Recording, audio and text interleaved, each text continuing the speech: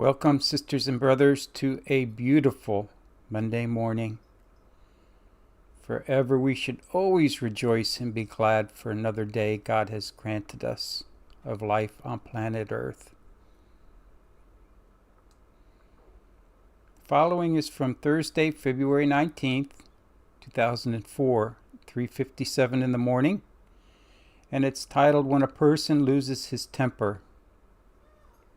When a person loses his temper, one of the most common expressions used to describe the situation is fly off the handle.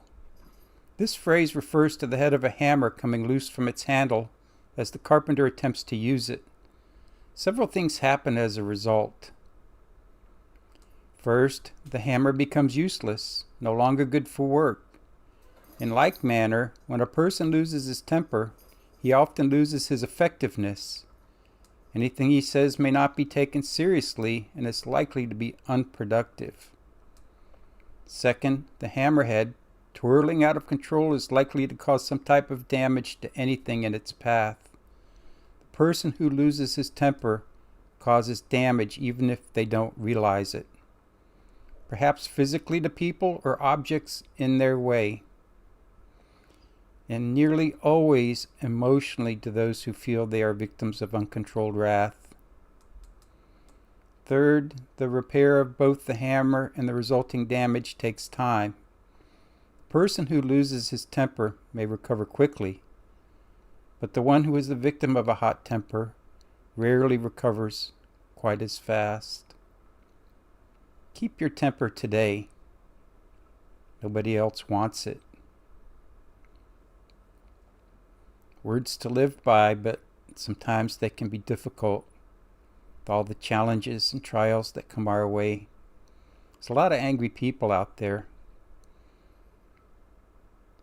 There's a great deal of difference between anger and zeal. The Gospel of John, it describes Jesus making some cords into a whip and driving out the money changers seated at their tables in the temple area.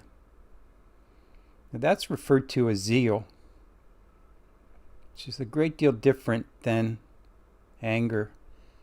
In this case, zeal was Jesus' passion for his Father.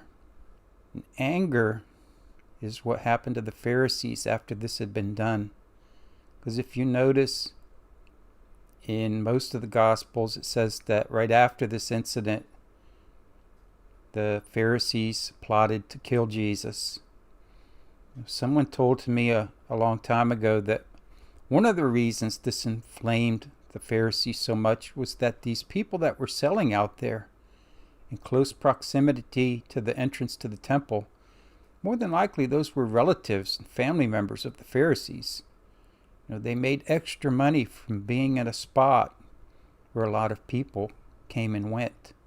By throwing them out, that just angered them so much, because that's their family.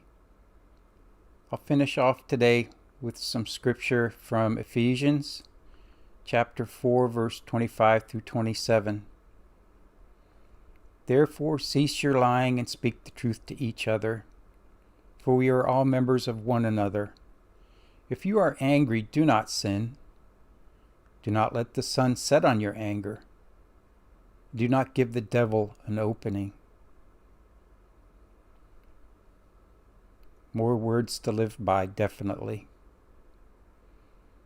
May God bless you this day and grant you great successes this week. May we all be at peace. And may we meet again tomorrow.